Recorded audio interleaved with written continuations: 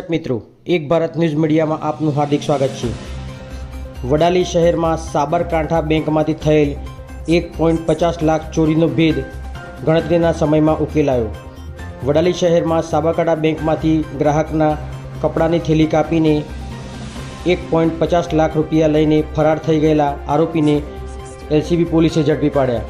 સાબરકાંઠા બેંકમાંથી ચોરી કરનાર 2 ઈસમો એલસીબીએ ઝડપી પાડ્યા અને 1 ઈસમ હજુ ફરાર। ગ્રાહક સાબરકાંઠા બેંકમાં 1.50 લાખ રૂપિયા ભરવા ગયા હતા ત્યારે કપડાની થેલીને કાપીને 2 ગઠિયાઓએ લૂંટ કરી હતી, જેની વડાલી પોલીસ સ્ટેશનમાં ફરિયાદ નોંધાઈ હતી। વડાલી પોલીસ સ્ટાફ દ્વારા પકડાયેલા 2 આરોપીઓને પહેલાં જ્યાં ગયા હતા ત્યાં તપાસ કરવામાં આવી અને કેવી રીતે ચોરી કરી તેની વિગત વડાલી પોલીસ સ્ટેશનના સ્ટાફ દ્વારા લેવાઈ હતી।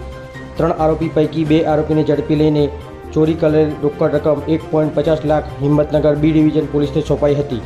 પત્રકાર વિશાલ ચૌહાણ, સાબરકાંઠા।